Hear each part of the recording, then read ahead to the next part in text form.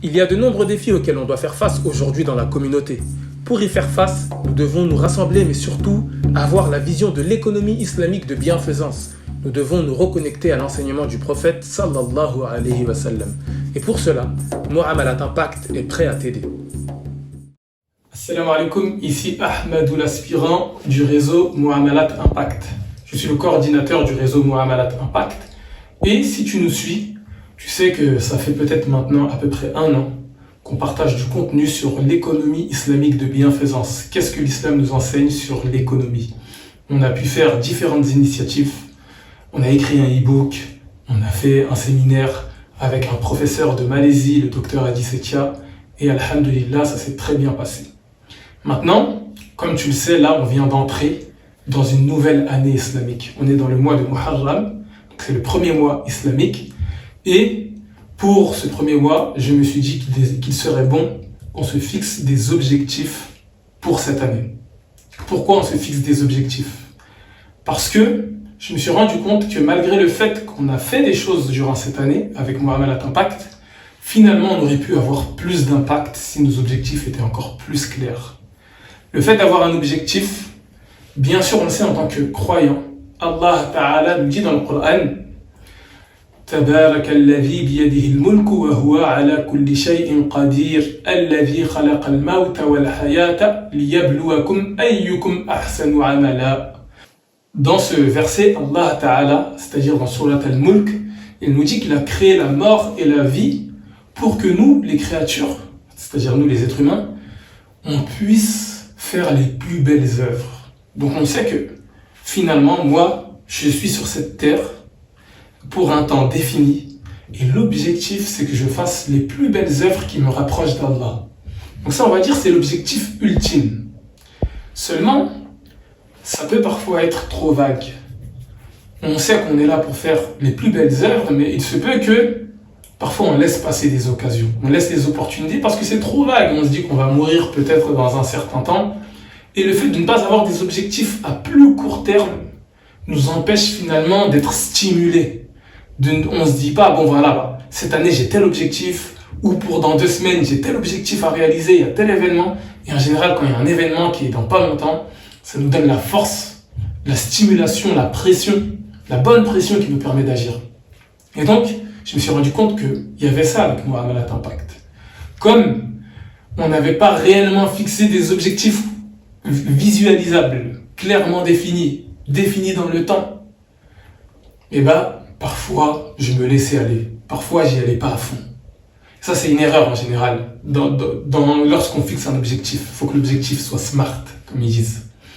Donc, là, je me suis donné un objectif en réfléchissant. C'est vraiment en réfléchissant, c'est encore en construction.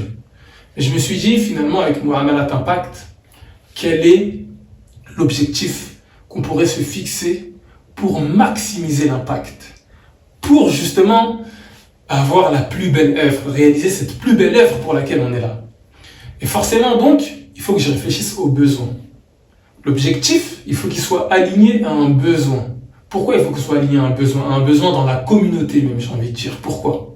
Parce qu'on le sait, nous sommes musulmans, nous disons La ilaha illallah Muhammadun Rasulullah sallallahu alayhi wa sallam. Et donc, on suit le modèle du prophète alayhi salatu wa sallam. Et le prophète sallallahu alayhi wa sallam, lorsqu'on lit la sira, lorsqu'on essaie de lire sa biographie, on voit qu'il avait une grande préoccupation. Et la grande préoccupation qu'il avait, c'était le souci pour sa communauté.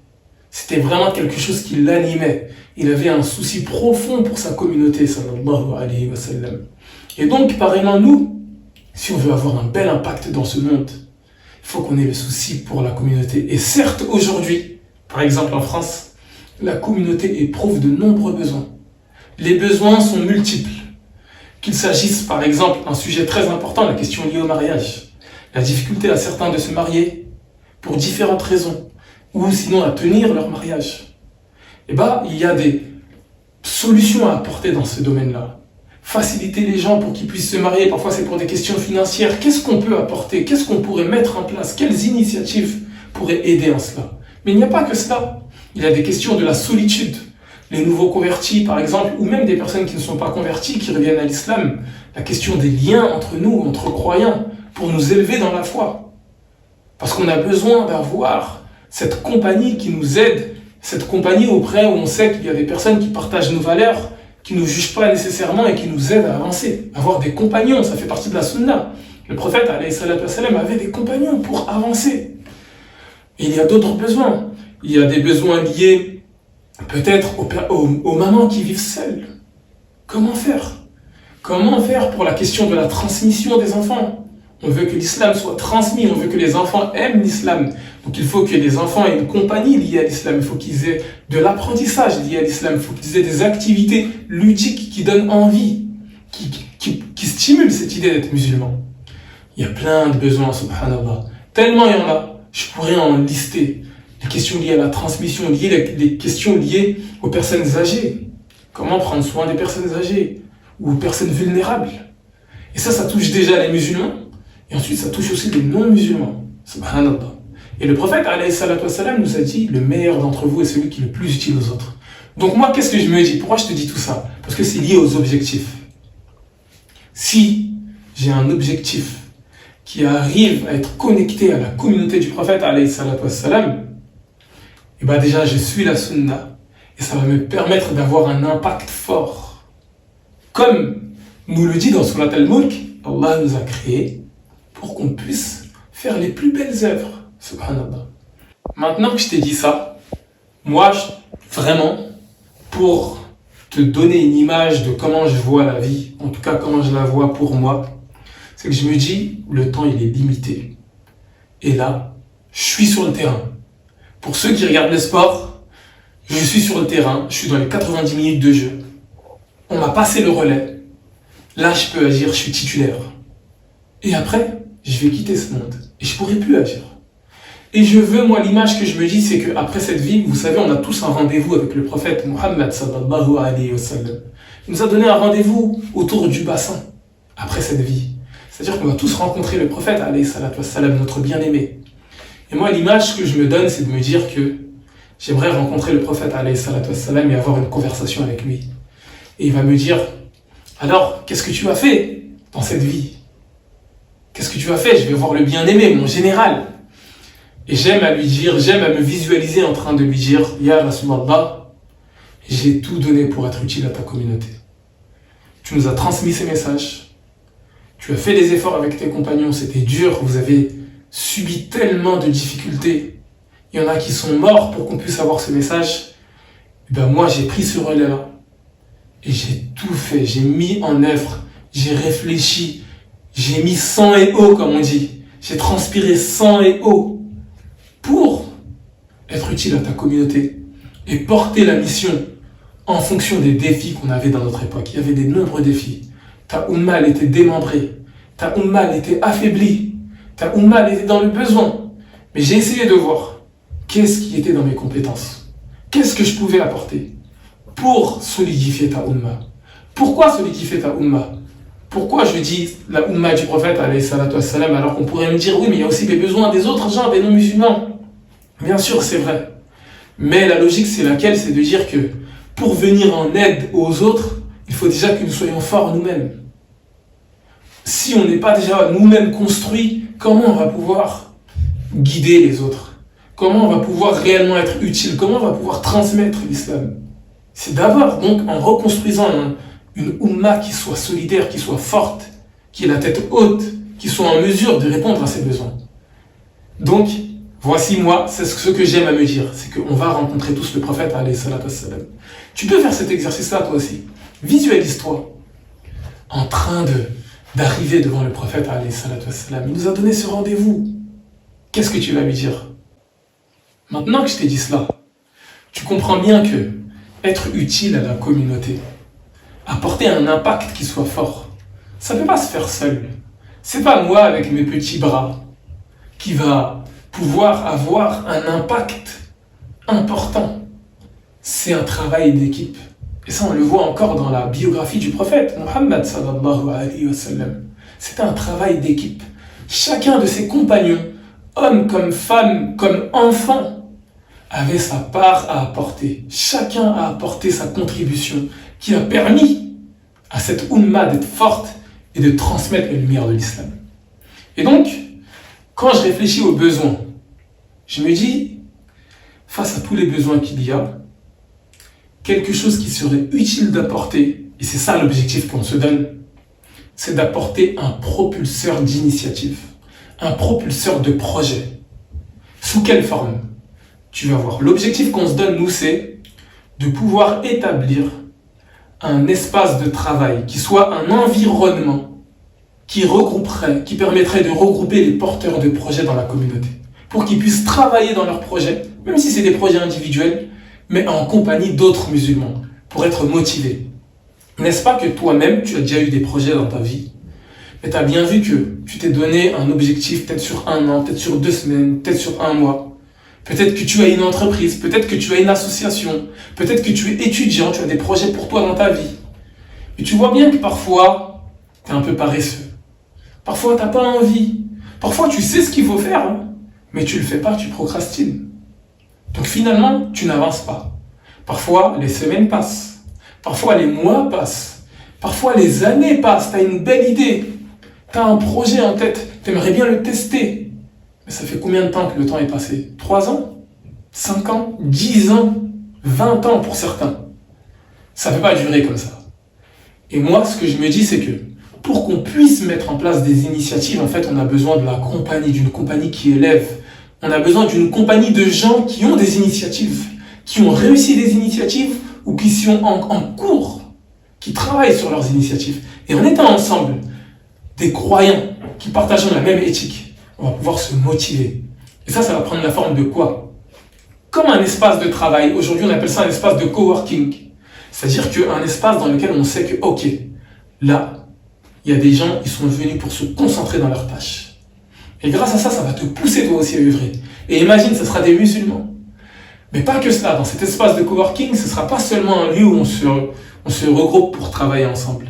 C'est un lieu dans lequel, oui, on travaille ensemble, on a des projets, peut-être que toi, tu es porteur de projet, tu as envie de faire une entreprise. Et là, ok, il y a un lieu dans lequel tu peux te concentrer pour réaliser tes tâches, pour travailler sur, tu t'es donné un objectif, tu t'es donné une tâche, peut-être qu'il faut que tu ouvres ton entreprise, peut-être qu'il faut que tu fasses ton site web, peut-être qu'il faut que tu contactes des fournisseurs, peu importe, il peut y avoir plein de tâches. Quand tu es chez toi, tu es démotivé, tu ne prends pas les tâches à bras le corps, là tu viens, tu prends à bras le corps les tâches, tu te donnes une tâche, tu la fais. Mais ça ne servira pas que à ça, cet espace de travail. Dans cet espace de travail, il y aura aussi des professionnels, par exemple de l'entrepreneuriat. Des gens qui ont déjà fait des projets, qui ont déjà réussi des choses. Et ils seront là, en support. De sorte à ce que toi, tu viennes dans le lieu pour travailler, oui, mais aussi tu peux recevoir des conseils, tu peux recevoir des accompagnements pour avancer dans ton projet. Et grâce à cela, ça va allier les deux choses. Ça va allier le fait que tu puisses travailler déjà d'une part, mais aussi que tu puisses consulter des personnes qui sont professionnelles, qui ont déjà réussi des choses. Ils te donneront des méthodes pour être efficace. Ils te donneront des méthodes pour atteindre tes objectifs. Mais tu comprends bien que ça, comme je te l'ai dit, ça sert à quoi? En fait, c'est un propulseur d'initiative. Parce que pour venir en aide ou pour satisfaire les besoins qu'on a dans la communauté, en fait, il faut qu'il y ait des initiatives pertinentes qui viennent. Il faut que chacun d'entre nous, nous soyons porteurs d'initiatives, qu'on soit acteurs dans la communauté. La communauté, elle ne va pas être sauvée par des super-héros qui viennent du ciel.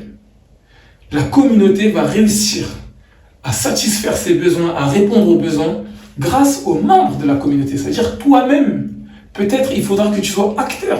Il faut que chacun d'entre nous, nous devenions des gens impliqués, des gens engagés dans notre communauté, avec savoir, avec sérieux. Allah Ta'ala nous dit de porter cette mission avec quwwa, de porter la mission du din avec force. C'est pas quelque chose qui se fait comme ça, à la légère.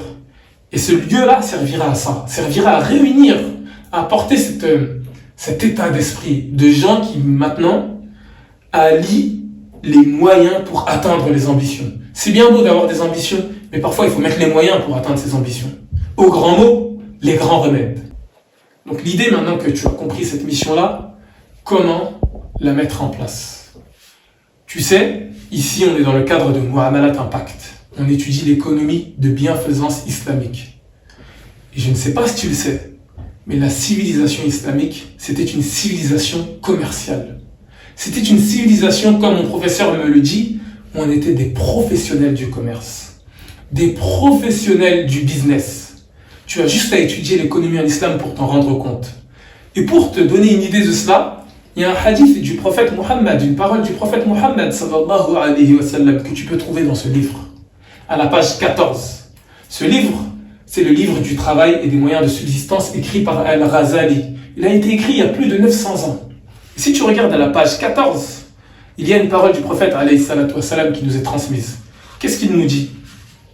Il nous dit dans cette page-là, le prophète alayhi salatu wa sallam a dit cela: je vous enjoins à pratiquer le commerce. Il comporte 9/10 des biens de subsistance. Qu'est-ce que ça signifie? 9/10 de ce que tu utilises dans ta vie, ça provient des échanges. 9/10. Essaye de visualiser dans ta vie tout ce que tu utilises. Tu as un téléphone, tu as des vêtements, tu as de la nourriture, tu mets des choses sur ta peau, tu as un toit, etc. 9/10 de tout ce que tu as, ça provient des échanges. Et donc ça signifie que les échanges pour une société, pour une communauté, c'est important.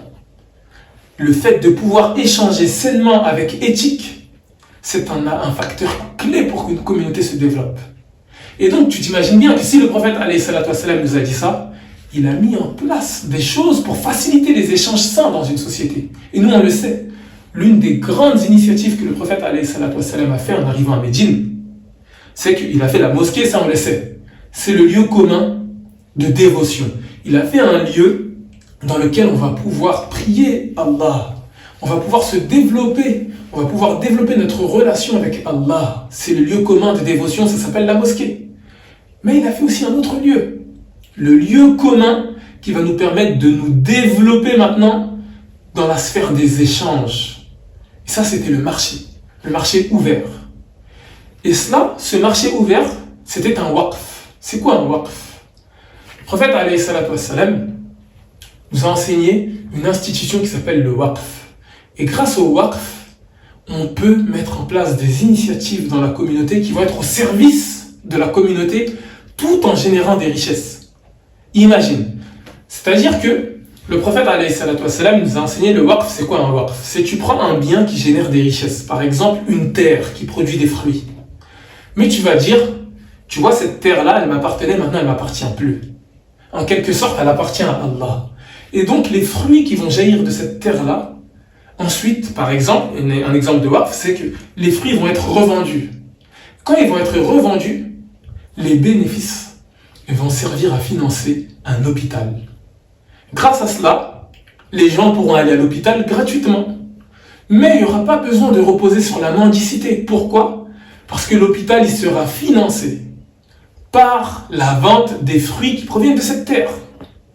Et grâce à cela, et ceux qui travaillent dans cette terre-là, les agriculteurs, bien sûr, ils seront payés. Ils seront payés pour qu'ils puissent manger, pour qu'ils puissent vivre. Donc cette terre sera entretenue. Mais ensuite, les bénéfices, ils vont servir à remplir un besoin de la communauté.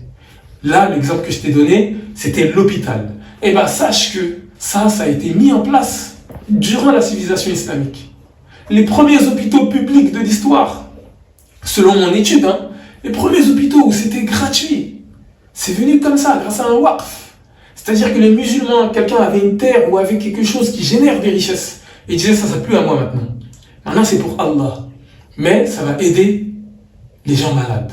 Grâce à cela, ils n'auront pas besoin de payer. Mais ça veut dire quoi? Ça veut dire que les médecins étaient payés grâce à ce waqf-là. Donc même eux, ils étaient payés, ils pouvaient bien vivre. On n'est pas en train de dire qu'on va les exploiter, on n'est pas en train de dire que vous allez faire du bénévolat, parce que le médecin il a besoin de vivre, il a besoin de gagner sa vie. Et pour gagner sa vie, il faut qu'il soit payé. Si jamais on ne le paye pas à travers cette activité-là, il va devoir chercher son argent ailleurs. Et c'est du temps en moins qu'il va fournir pour faire du bien. Et c'est pas cela qu'on veut. Nous, on veut qu'il puisse avoir les meilleures conditions pour faire du bien. Donc, à travers ce waqf-là, il va être payé. Mais il y a d'autres waqf qui ont été faits dans l'histoire pour aider les orphelins. C'est de l'entrepreneuriat social, un waqf en réalité. C'est tu prends quelque chose qui génère des richesses. Tu vas vendre quelque chose aux gens dans la communauté. Tu vas faire une entreprise. Et grâce à cela, tu vas faire un orphelinat. Ça va venir en aide aux orphelins. Ça aussi, ça a été fait dans l'histoire. Des waqf, il y en a été fait dans l'histoire, dans la civilisation islamique, pour plein de besoins. Des fontaines à eau pour que les gens aient de l'eau gratuite. Pour les orphelins, pour les pauvres, les personnes vulnérables, même pour libérer des esclaves, il y avait des waqf. D'ailleurs, on est en train d'écrire un e-book à ce sujet. Donc, si tu veux avoir plus d'infos sur comment les waqf, au pluriel c'est les awqaf, ont eu un impact déterminant dans l'histoire de l'islam, dans la civilisation islamique, n'hésite pas à t'inscrire dans la newsletter. On t'a mis un lien, inscris-toi, comme ça on pourra rester en communication. Et on pourra te partager ce qui a été fait dans l'histoire pour nous inspirer. Parce que ça, c'est ce que le prophète alayhi salatu wassalam, nous a enseigné pour apporter une communauté forte. Le prophète sallallahu alayhi wa sallam nous a pas enseigné que des choses spirituelles. Ou plutôt, tout ce qu'il nous a enseigné était spirituel. Mais ce n'était pas que des affaires qui se font dans la mosquée. Il nous a appris à générer des richesses ensemble. Il nous a appris à avoir une communauté impactante, solidaire, mais même terre à terre, d'un point de vue du business. Le prophète alayhi salatu wassalam a été commerçant. Les compagnons ont été commerçants. Omar ibn al-Khattab, Abu Bakr, Ali, et bien d'autres encore, qu'Allah soit satisfait d'eux. Et tout ça, c'est l'exemple qu'il nous a donné pour qu'on puisse bâtir une communauté forte. Et c'est ça le grand besoin qu'il y a aujourd'hui. Aujourd'hui, il y a un grand besoin, c'est qu'en tant que musulman, certes, la communauté, elle est tournée vers des affaires purement dévotionnelles, entre nous et Allah. C'est-à-dire qu'on veut bâtir des mosquées, on regarde comment faire le hajj, on parle de Ramadan, tout ça, ce sont des choses très très très importantes. Seulement, il y a aussi la question de comment vivre dans la vie de tous les jours. Comment être musulman dans la vie de tous les jours? Comment ne pas faire de séparation entre ma vie religieuse et ma vie de tous les jours? Parce que finalement, ce bas monde, comme le dit Al-Ghazali dans ce livre, il te dit ce bas monde, c'est un champ de labour pour l'au-delà. Donc ce bas monde, la manière dont tu vis, c'est pour pouvoir atteindre la félicité, le succès, tant ici-bas que le succès dans l'au-delà. C'est comme si toutes tes œuvres dans ce bas monde, c'était des graines, et tu vas réellement, pleinement voir les fruits de ces graines-là que tu as plantées dans l'au-delà, après cette vie-là. Donc tout ça, c'est ce que le prophète alayhi salatu wassalam nous a enseigné. Il nous a enseigné la notion de waqf. Tu prends quelque chose qui génère des bénéfices ou qui génère un profit, et tu le mets maintenant, tu le dédies pour une cause donnée. C'est comme ça que les mosquées étaient financées dans la civilisation islamique. C'est comme ça que, je te dis, les orphelinats étaient financés. C'est comme ça que des hôtels pour voyageurs étaient financés, pour qu'ils puissent voyager gratuitement. Et puis, ils puissent être nourris, ils puissent avoir un lieu où se loger, etc., etc. Donc ça, c'est un point très important. À quel point c'était important?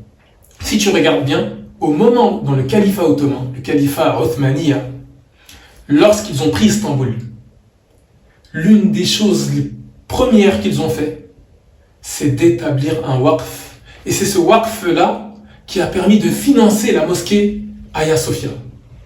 Comment? C'était quoi ce waqf? C'était un marché.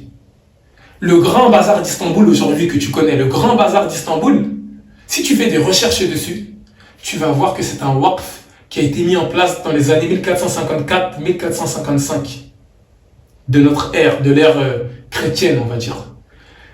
Et ce waqf-là, c'était un marché qui générait des richesses. Et grâce à ces richesses-là, on pouvait financer le fonctionnement de la mosquée, le fonctionnement de l'orphelinat, le fonctionnement de l'hôpital peut-être, et des distributions pour les pauvres, etc. Regarde, fais des recherches.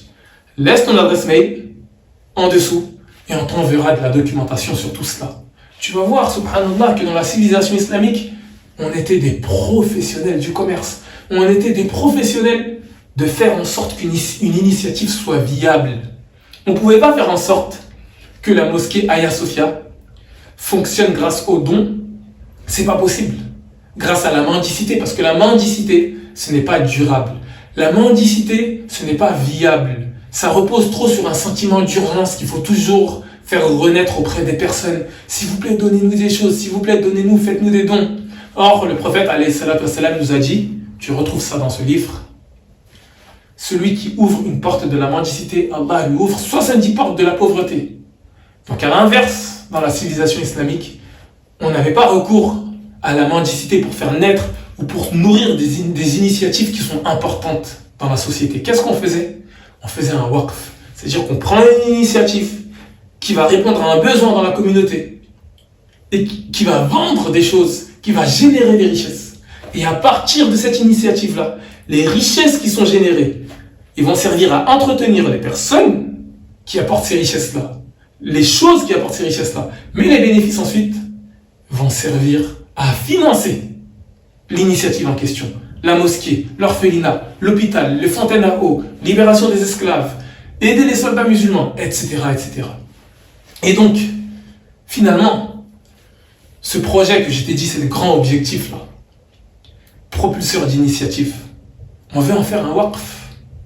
On veut que cette initiative-là génère des richesses. Elle va accompagner des entrepreneurs, n'est-ce pas? Des gens qui apportent des solutions aux problèmes de la communauté de manière viable.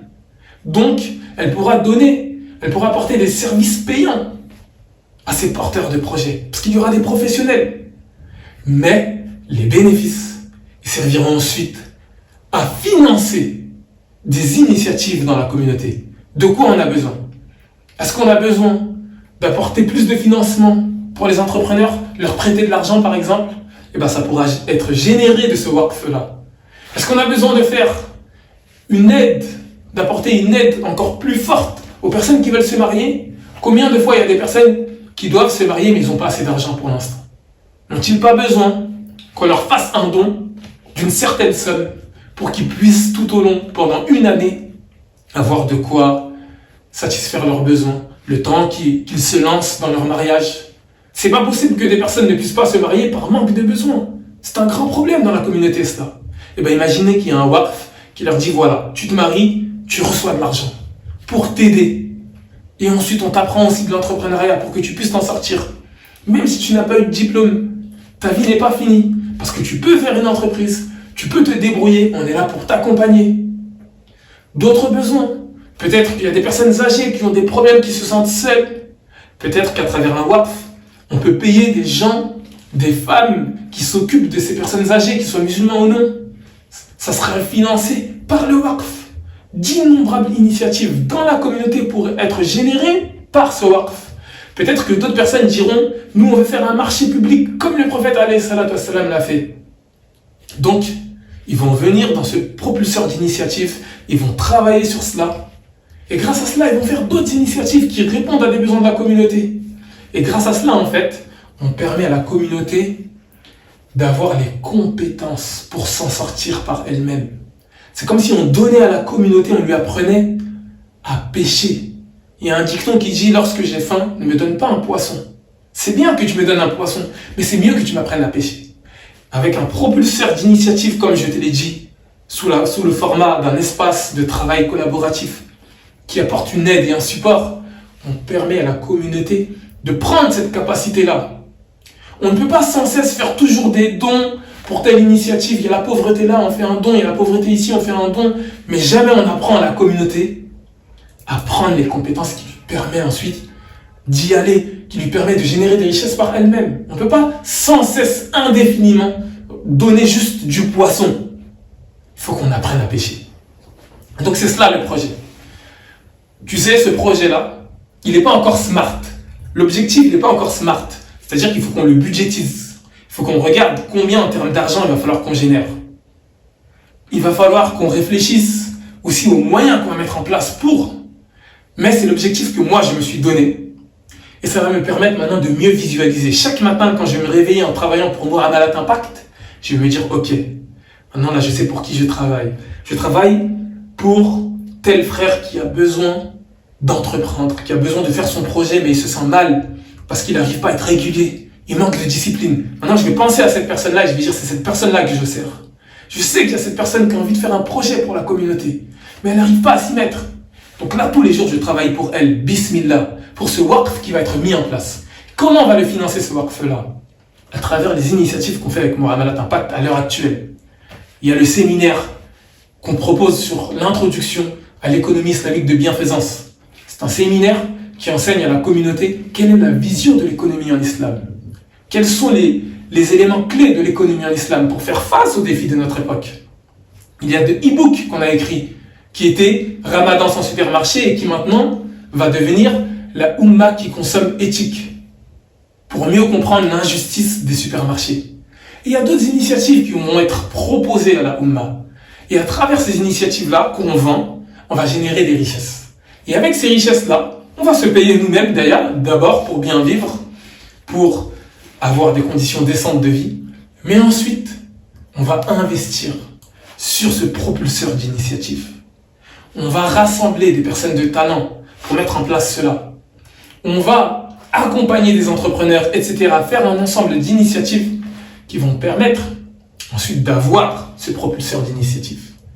Donc tout cela, si ça te parle d'une quelconque manière, si tout ce que je viens de dire, ça te parle, si tu souhaites plus découvrir l'économie en islam, si tu souhaites nous soutenir dans ce projet-là, si tu souhaites voir si ça va fonctionner, si tu souhaites avoir plus de documentation sur comment la civilisation islamique était mise en place d'un point de vue de l'économie, comment on arrivait à mettre en place des moyens qui nous permettent de répondre aux besoins dans la communauté pendant 1400 ans d'histoire. T'imagines une civilisation qui a 1000 ans, il y a eu des initiatives qui ont été faites, on doit reprendre cela, on doit se reconnecter avec ce que le prophète alayhi salatu wassalam nous a enseigné sur comment mettre en place des initiatives viables qui répondent aux besoins. Si tout cela, ça te parle, tu regardes en dessous dans la description. Il y a un lien. Dans ce lien-là, tu t'inscris, tu recevras de la documentation. Et tu pourras savoir les initiatives qu'on propose. Tu pourras entrer en contact avec nous. Tu pourras venir dans les initiatives qu'on propose. Et tu pourras faire partie du réseau Muamalat Impact. Pour qu'on puisse revenir à cette communauté qui apporte des projets viables, solidaires et qui est utile tant à elle-même, une communauté utile à elle-même, mais aussi utile aux personnes qui vivent avec eux, les non-musulmans. Il va falloir qu'on arrive à entrer en aide envers les non-musulmans, les personnes âgées parmi les non-musulmans, les personnes qui manquent de sens. Combien de gens aujourd'hui dans ce pays font des burn-out, des épuisements professionnels parce qu'il n'y a pas de sens dans leur travail, parce qu'ils se sentent seuls. Qu'est-ce qu'on peut apporter à tous ces gens-là? Comment nous, qui disons que nous avons la parole de vérité, nous avons le prophète Muhammad alayhi salatu wassalam, comment on peut être utile à tout cela? Donc, c'est l'objectif qu'on se donne devant nous. Donc, rejoins-nous. Également, on te partagera des outils et des méthodes qu'on utilise nous-mêmes pour atteindre nos objectifs.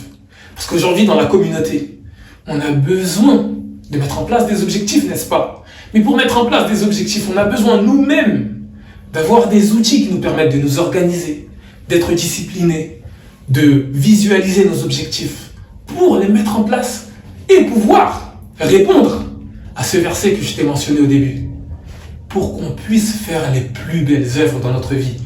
Rappelle-toi, tu es dans ton temps de vie. Chaque seconde qui passe ne reviendra pas. C'est comme si là, tu avais le relais entre tes mains. Tu es tout de suite sur le terrain.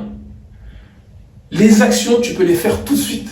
Mais après, ça ne reviendra plus. Et l'objectif, c'est que tu fasses les plus belles œuvres qui te rapprochent d'Allah. Donc, bismillah, à nous de prendre cette mission avec force. À nous de nous entraider les uns les autres. Lorsque tu es seul, tu n'es peut-être pas motivé, tu oublies tout cela. Mais si tu es avec des gens qui partagent tes convictions, si tu es avec des gens qui te rappellent avec bienveillance, des gens qui, juste en les regardant, ça te redonne de la motivation, là, tu vas pouvoir plus être fort dans ces initiatives. Donc, c'est tout cela qu'on te propose avec Muamalat Impact. Donc, n'hésite pas à nous rejoindre. Je te dis, assalamu alaikum.